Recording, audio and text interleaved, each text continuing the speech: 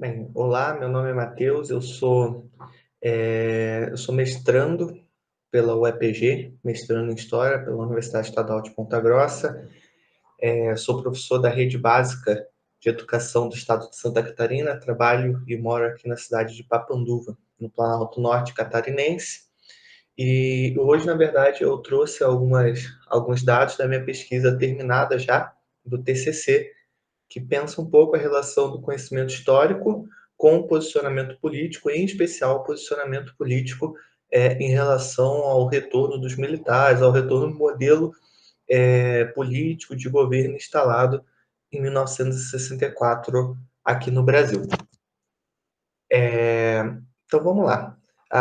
Essa pesquisa que eu fiz durante a graduação, que eu defendi o TCC em 2017, no final de 2017, ela começou a partir do incômodo que eu sentia, não só eu, mas também o meu professor orientador, que foi, né, e é ainda o professor Luiz Fernando Serri, de que os jovens, muitos jovens que eu estava no dia a dia em sala de aula, acabavam apoiando o modelo ditatorial, apoiando o modelo implantado em 64 no Brasil, sem que eles nem tivessem vivido esse período.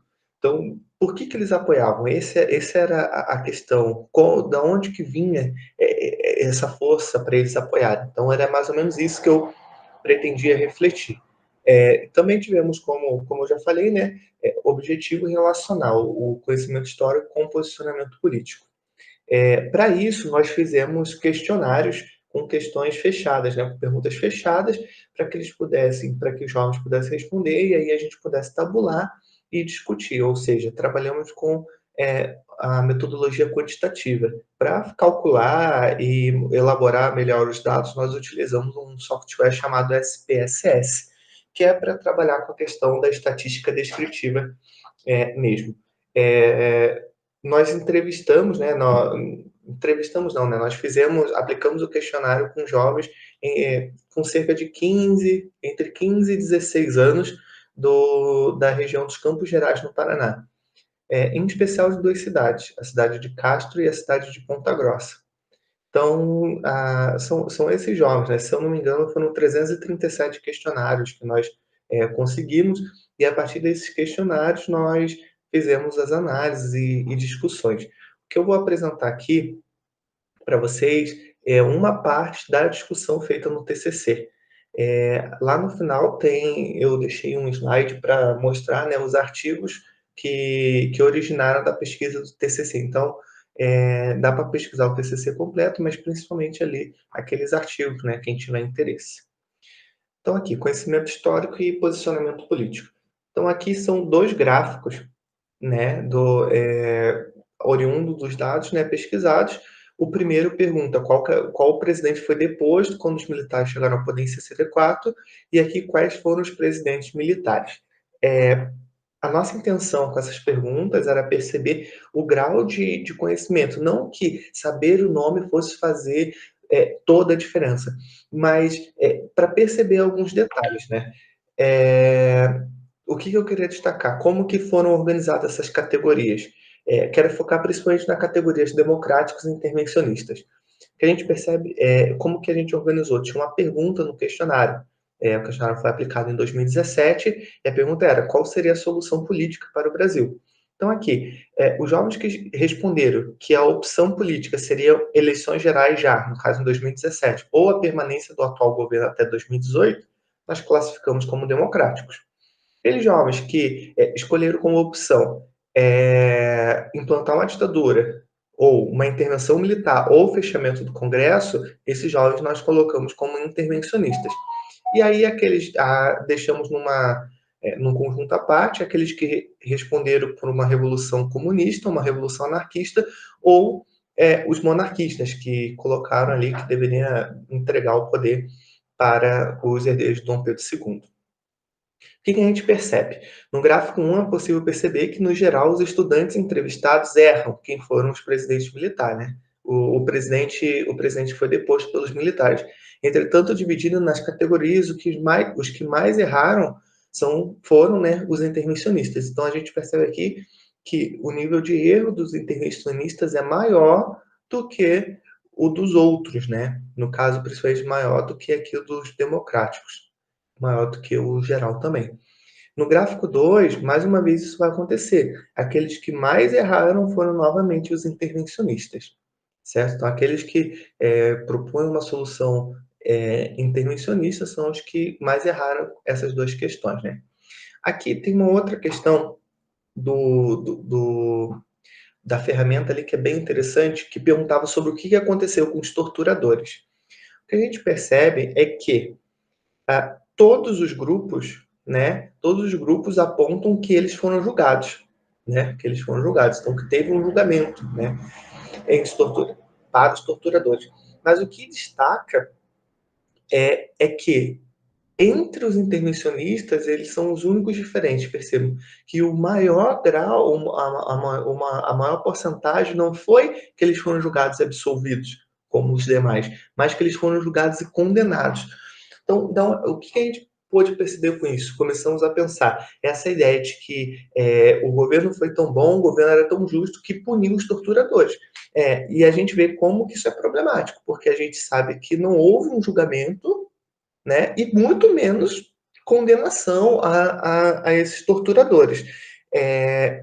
E essa questão da tortura, ela foi uma das questões mais batidas pela oposição do regime, principalmente com o processo de reabertura política. Então, esse desconhecimento que os jovens demonstram sobre essa questão, ela é realmente interessante para a gente pensar até que ponto esses jovens estão opinando sobre esse assunto, com base no quê? Né? Essa é a reflexão. Aqui, caminhando já para as considerações finais, porque o nosso tempo é curto. Através dos dados apresentados, é possível perceber que nas categorias, entre as categorias que organizamos, os intervencionistas foram aqueles que apresentaram um menor conhecimento, ou seja, erraram mais questões sobre esse período do governo liderado pelos militares. A gente pode perceber também que, utilizando sobre aprendizado histórico, formação histórica, né, que nós fizemos essa pesquisa baseada na teoria da didática da história, é possível apontar que os intervencionistas são os que menos apresentam a possibilidade de desenvolver a competência narrativa. Por que isso? Porque se eles não sabem fatos do passado, não tem como organizar esses fatos. A gente entende que organizando esses fatos do passado, ou seja, essa competência narrativa, conseguir organizar uma narrativa do passado, possibilita que o passado faça sentido e oriente o presente. Se você não sabe do passado, isso fica complicado, você não consegue organizar essa narrativa. Então, isso é bastante complicado. E, na verdade, a principal questão é a seguinte: se há uma ausência de conhecimento sobre esse passado ele pode ser supervalorizado.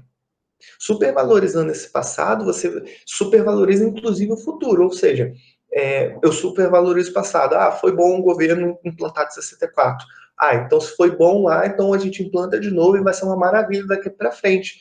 Que seria exatamente voltar a a questão que a gente separou aqui, né? A questão que originou esses grupos, né? Qual que seria a solução?